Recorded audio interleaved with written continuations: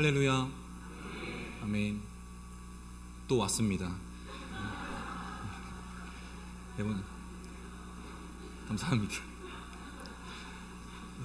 귀한 찬양 감사드립니다. 우리 육교구 가족 여러분, 신앙과 삶, 또 가정과 처소를 위해서 기도해 주시고 중보해 주시기를 부탁을 드립니다.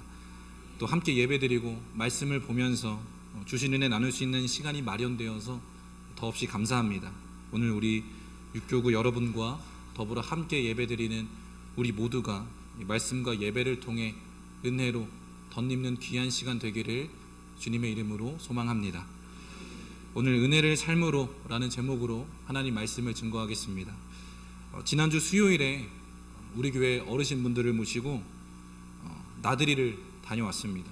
대부도에 다녀왔는데요, 죄송합니다, 목요일이었네요. 이번 주도 덕분에 긴장이 풀렸습니다. 목요일에 교회 어르신분들을 모시고 나들이를 다녀왔습니다. 대부도에 다녀왔죠. 대부도에 다녀왔습니다. 교회에서 나들이를 갈 때 저의 역할은 이제 크게 두 가지입니다. 하나는 이제 사진 촬영이고요, 또 하나는 운전입니다. 또 하나가 더 있다면 주신 음식 맛있게 먹기가 되겠네요. 밥 2공기 먹었습니다. 여하튼 모시고 이제 오가는 길에 운전을 하는데 갈 때는 시끌벅적합니다. 도란도란 이야기도 나누시고 이제 풍경 보면서 이런저런 얘기하시고 여기가 예전에 이런 곳이었다 이렇게 알려주시기도 하면서 되게 즐겁게 유쾌하게 갑니다. 그런데 돌아오는 길에는 차 안이 아주 조용하더라고요. 제가 운전하면서 슬쩍 거울을 보니까 다 곤히 주무시고 계시더라고요. 그래서 그 모습을 이제 거울 너머로 보면서 문득 이제 그런 생각이 들었습니다. 우리 교회 어르신들, 또 우리 교회 성도님들 참 고생 많으셨겠다. 모르긴 몰라도 인생 살아오시면서 또 하나님 믿고 믿음 생활하시면서 얼마나 많은 일들이 있었을까. 아주 긴 터널 같은 어둡고 힘든 시간도 있었을 테고 견뎌내셨을 테고, 또 하나님이 도우심으로 이끄심으로 살아온 시간도 경험도 있으셨을 테고, 감히 짐작하면서 짐작하는 시간을 가지면서 왔습니다. 여러분, 얼마나 많은 하나님의 은혜가 우리 삶에 있었을까요? 예수님께서는 부활 승천하신 이후에도 우리에게 은혜의 통로를 열어 놓으셨습니다. 그래서 우리가 언제라도 주님 사모하는 마음으로 바라볼 때 주님은 비록 이 험한 세상에 우리가 살고 있지만 은혜에 잇대어서 주님의 은총의 능력을 경험할 수 있도록 그런 통로를 열어 놓으셨습니다. 자, 이 시간도 이런 예배도 그런 은혜의 통로 중에 한 부분이겠죠. 찬양을 들으면, 또 오늘의 귀한 특송을 들으면 우리 마음의 위로가 되고 또 평안이 되고, 그런 은혜의 통로, 말씀을 통해 또 기도를 통해 은혜의 통로를 공급해 주십니다. 우리가 그런 은혜의 통로를 지나서 이쪽에 서서 저쪽에 계신 하나님을 향해서 주님 은혜 내려주세요, 도와주세요, 만나주세요. 그럴 때마다 주님은 우리의 심령을 살짝 만지시면서 상처난 마음이 있다면 위로해 주시고, 다친 마음 격려하시고 우리의 삶을 거룩함으로 이끌어 가실 줄로 믿습니다. 자, 그런데 중요한 것은 그 은혜의 맛을 우리에게 보여주신 의미를 우리가 아느냐라는 것입니다. 맛만 보고 잊어먹고 또 맛만 보고 잃어버리면 안 되는 거잖아요. 예전에 어떤 청년이 저에게 그러기를, 전도사님 그 근처에 짬뽕집 가보셨어요? 물어보는 겁니다. 아니, 짬뽕 은혜로워요. 자기 입맛에 맞으면 은혜롭다는 겁니다. 그래서 먹으러 갔더니 과연 은혜롭게 생겼습니다. 예수님의 보혈이 생각나는 뻘건 국물이 있는 겁니다. 맛있게 먹었습니다. 자, 그런데 그 맛은 감동의 맛이지 은혜하고는 사실 별 관계가 없는데, 우리 신앙생활에 습관화되다 보니까 그 맛도 은혜롭다라는 겁니다. 자, 우리는 은혜를 통해서 하나님이 우리에게 원하시는 것이 무엇인지 알아야 합니다. 자, 예수님께서는 우리가 구할 때마다 은혜를 주시고, 에베소서 3장 20절의 말씀처럼 구하는 것보다, 생각하는 것보다 더 넘치도록 응답을 해주시는데 그 이유가 뭐냐라는 것이죠. 하나님께서 우리에게 은혜를 맛보게 하시는 이유가 무엇인지 본문을 통해서 확인하시고 이후로 모든 예배, 은혜의 자리에서 그 은혜의 요구, 주님의 은혜를 통해서 우리에게 채우시려는 그 본질을 향해서 날마다 나아가게 되시기를 소망합니다. 첫째로 낮아져야 합니다. 본문 13절, 14절을 보겠습니다. 함께 봉독합니다. 너희가 나를 선생이라 또는 주라 하니 너희 말이 옳도다. 내가 그러하다. 내가 주와 또는 선생이 되어 너희 발을 씻었으니 너희도 서로 발을 씻어주는 것이 옳으니라. 아멘. 예수님 당시에는 발을 씻어주는 것, 노예들이 하던 행동입니다. 상상도 못하던 일이죠. 신분의 차이가 있습니다. 주인이 종의 발을 씻을 수 없습니다. 스승이 제자의 발을 씻을 수 없습니다. 상관이 부하의 발을 씻을 수 없습니다. 섬김을 받는 사람이 섬기는 사람을 씻을 수 없습니다. 자, 그러니까 예수님께서 제자들의 발을 씻어주셨다는 것은 이런 신분의 차이를 깨뜨리신 것입니다. 제사장이나 율법학자나 이 바리새파 사람들이 예수님에 대해서 불만을 품은 것은 바로 이런 것들이지 않습니까? 왜 질서를 어지럽히느냐 하는 것입니다. 노예들이 혹 제사장이나 율법학자나 종교 지도자들의 말을 듣기나 하겠습니까? 노예가 주인의 말을 듣겠습니까? 사회 질서가 깨지고 혼탁해진다고 여긴 것입니다. 자, 예수님께서는 섬김을 받으러 온 것이 아니라 섬기러 왔다고 하셨습니다. 이것은 누가 누구를 섬기고 섬김을 받고가 아닙니다. 이때까지의 종들은 주인을 섬겼으니까 이젠 주인이 종을 섬겨라, 그런 것도 아닙니다. 모든 사람이 서로 섬기라는 것입니다. 그렇기 때문에 교회는, 우리가 함께하는 이 자리는 그 예수님의 말씀이 실현되는 곳이어야 합니다. 섬김을 받으려고 하는 것이 아니라 섬기기 위해서 노력하는 곳이 되어야 합니다. 높아지기보다 낮아지는 곳이어야 합니다. 내 뜻보다 주님의 뜻이 이루어져야 하는 곳이 되어야 합니다. 오늘 교회가 이 세상 사람들에게 호감을 받지 못하는 이유는 이것이 잘 안 되기 때문입니다. 예수님 사랑을 받았다고 말하는 사람들이 서로 사랑하지 못하기 때문이죠. 베드로전서 4장 8절은 이렇게 말씀합니다. 무엇보다 먼저 서로 뜨겁게 사랑하십시오. 사랑은 허다한 죄를 덮어줍니다. 잠언 10장 12절은 이렇게 말씀합니다. 미움은 다툼을 일으키지만 사랑은 모든 허물을 덮어준다. 사랑하면 서로의 발을 씻어줄 수 있습니다. 사랑하면 원수의 발이라도 닦아줄 수 있습니다. 사랑하면 원수에게라도 밥상을 차려줄 수 있습니다. 이미 하고 계시잖아요. 사랑하면 허다한 죄를 덮어줄 수 있기 때문입니다. 주님께서는 우리가 그렇게 되기를 원하십니다. 예수님께서 제자들의 발을 씻겨주신 것은 그렇게 하라는 것입니다. 빌립보서 2장 5절에서 8절 말씀을 제가 읽겠습니다. 너희 안에 이 마음을 품으라. 곧 그리스도 예수의 마음이니 그는 근본 하나님의 본체시나 하나님과 동등됨을 취할 것으로 여기지 아니하시고 오히려 자기를 비워 종의 형체를 가지사 사람들과 같이 되셨고 사람의 모양으로 나타나사 자기를 낮추시고 죽기까지 복종하셨으니 곧 십자가에서 죽으심이라. 아멘. 이 십자가에 달려 우리의 죄값을 치르고 오신 예수님, 그 예수님이 왜 우리에게 은혜를 베풀어 주셨는가? 말씀을 보면 너희 안에 그리스도의 마음을 품으라 라고 말씀하십니다. 사랑하는 성도 여러분, 은혜 충만하시기를 바랍니다. 모두가 다 예수님 마음 되시기를 바랍니다. 그 은혜 받고 예수님 마음 알고 다른 마음 품으면 안 되잖아요. 예수님 은혜 받고 도둑놈 마음 가지면 안 되잖아요. 왜 우리에게 은혜를 주실까? 은혜, 은혜, 은혜. 우리의 삶이 쭉 은혜로 이어지는데 그 인생길 끝에 달랑 은혜만 있을까요? 사람마다 한 번 죽은 것은 정한 것이요 그 이후에 우리에게 무엇이 있다고 말합니까? 심판이 있습니다. 하나님께서 우리에게 은혜를 주시는 이유는 궁극적으로 인생의 마지막에서 심판이 아니라 영생으로 가도록 은혜 주시는 것입니다. 그러려면 우리가 그 은혜를 가지고 쭉 살아야 하는 것이죠. 저와 여러분이 은혜를 받고 예수님 마음 품고 낮아져야 할 줄로 믿습니다.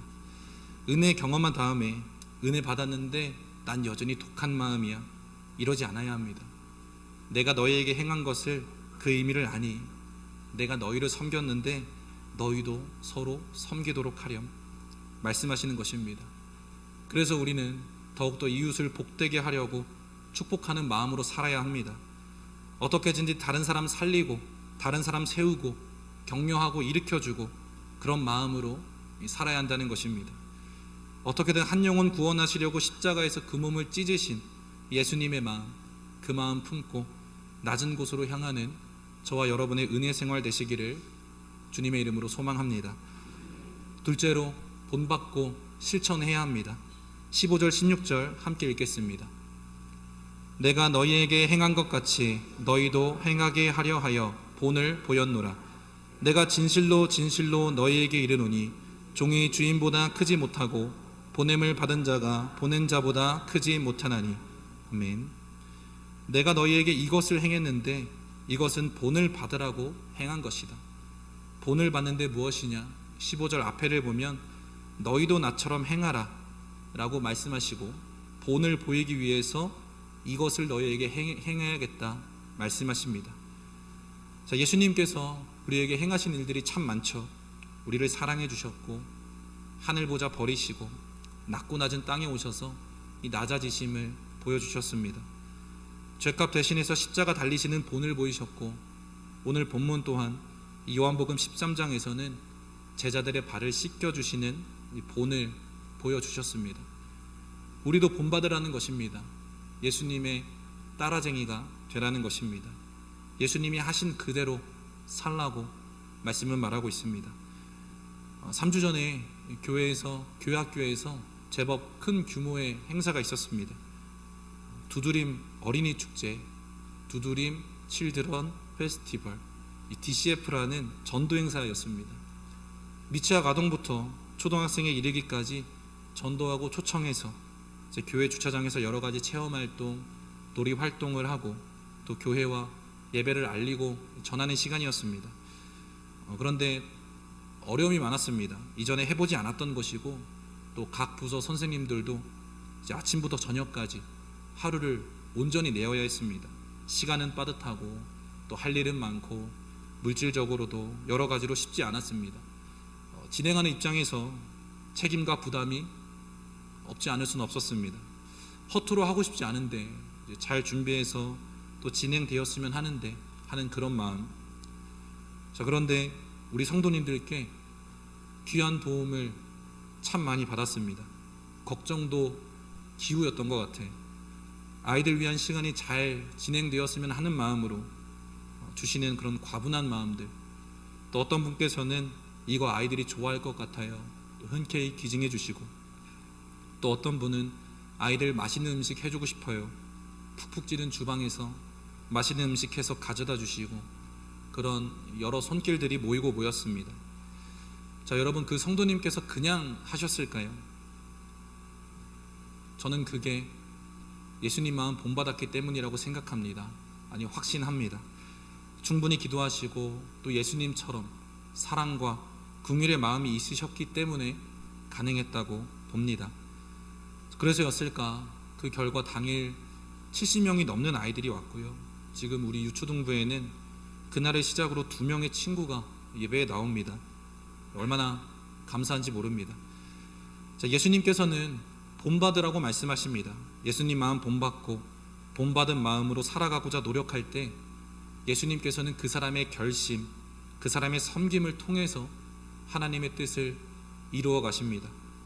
말만 앞세우지 말고 생각만 하지 말고 몸이 움직이는 것, 너희도 이같이 행하게 하여 본을 보여라. 예수님의 본을 받아서 몸을 움직여서 선한 사랑 실천하고 선한 섬김을 실천하는 저와 여러분이 되시기를 소망합니다. 기도하고 성경 읽고 말씀 듣고 이런 일들 또한 우리에겐 은혜로운 일이죠. 그런데 그것으로 그치지 않고 반드시 배우고 받고 듣고 본 그대로를 행하는 실천이 동반되어야 한다는 것입니다. 실천이 중요한 것이죠. 한 가지 가정을 해봅니다. 여러분, 신학자와 목사님이 있습니다.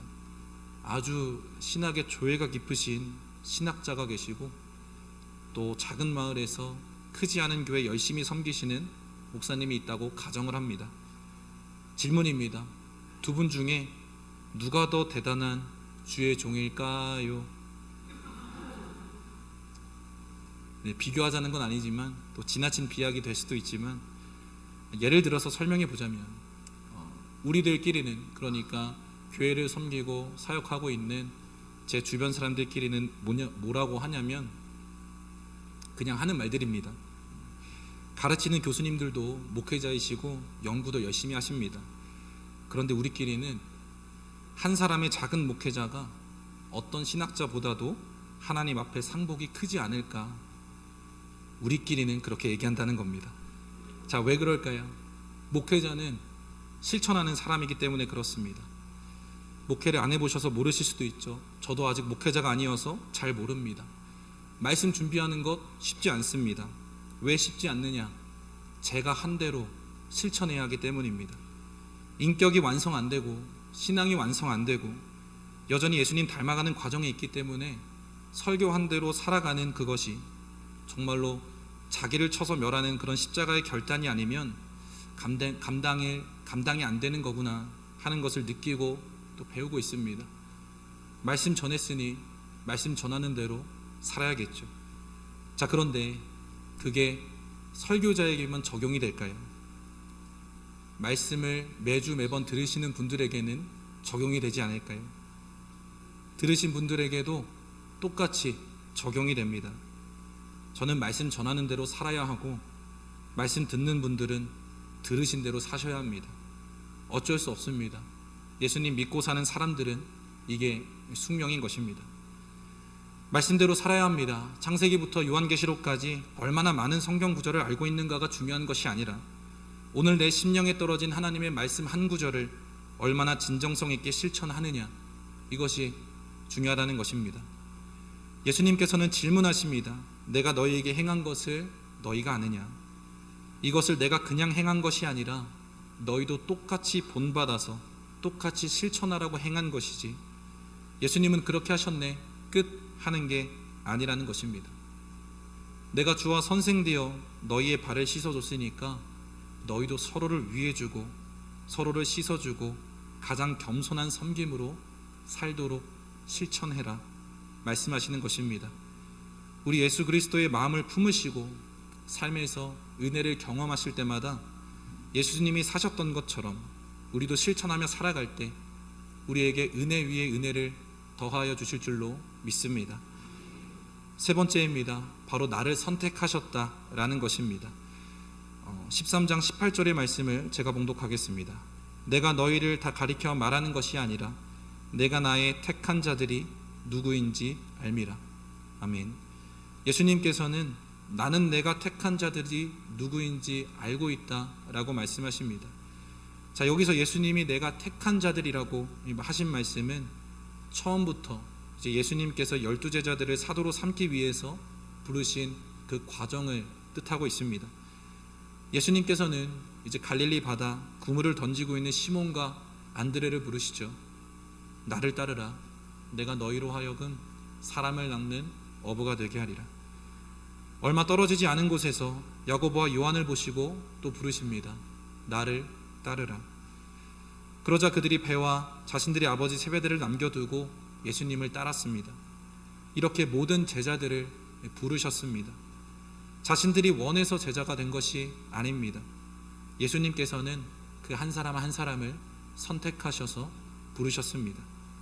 누구인지 알미라 라고 하심은 택한 자 한 명 한 명의 성격과 기질, 그리고 그들의 마지막의 결과까지도 미리 다 알고 계신다는 예수님의 전지전능함을 보여주고 있는 것입니다. 자, 우리 역시 마찬가지입니다. 주님의 부르심 없이 우리가 어찌 예수님 알게 되고 또 믿게 되었겠습니까?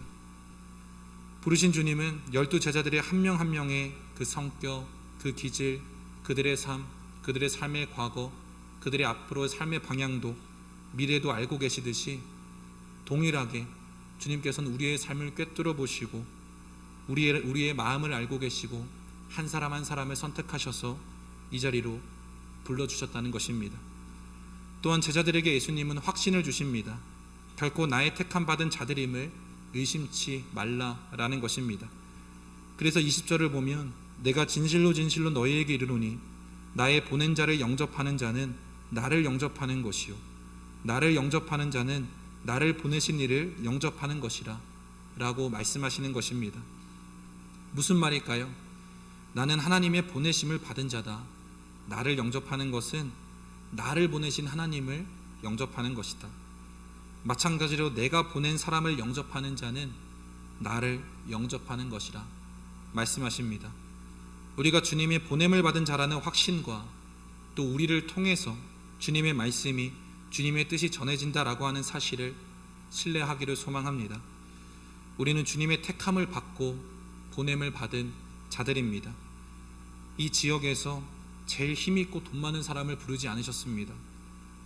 교회 근처에 가까이 사는 사람들만 부르신 것도 아닙니다. 그 사람들 말고 예수님은 여러분을 선택하시고 자리로 불러주셨습니다. 그 사실을 기억하시면서 선택에 합당한 인생 되기로 결단하는 우리 모두가 되기를 주님의 이름으로 소망합니다. 말씀을 맺습니다. 17절을 보면 너희가 이것을 알고 행하면 복이 있으리라 라고 말합니다. 자, 이것은 이 성경을 통틀어서 이제 언약이라고 부를 수 있는 구조에 해당합니다. 이렇게 하면, 이렇게 하라, 이렇게 하면 복이 있을 것이다 라는 구조입니다. 하나님께서 우리에게 언약을 주시고 우리가 그것을 붙들고 살아갈 때 반드시 그것을 지키시고 이루시는 분이십니다. 여러분 다 언약의 백성이 되셔서 주님 주신 복으로 충만하게 되시기를 간절히 소망합니다. 오늘 본문에서 예수님이 제자들의 발을 씻으신 후에 이것을 알고 행하면 복이 있으리라 이 약속의 말씀을 해주셨음을 날마다 기억해야 합니다. 세 가지를 나눴습니다. 첫째, 낮은 곳으로 향하라. 둘째, 예수님을 본받고 실천하라. 셋째, 선택과 부르심에 합당한 인생이 되어라. 우리에게 행하신 주님의 은혜를 기억하고 알고 행하며 모두가 그 거룩한 약속 꼭 붙들고 은혜를 삶으로 살아가는 복 있는 모습으로 살아가는 저와 여러분이 되시기를 주님의 이름으로 간절히 소망합니다. 기도하시겠습니다.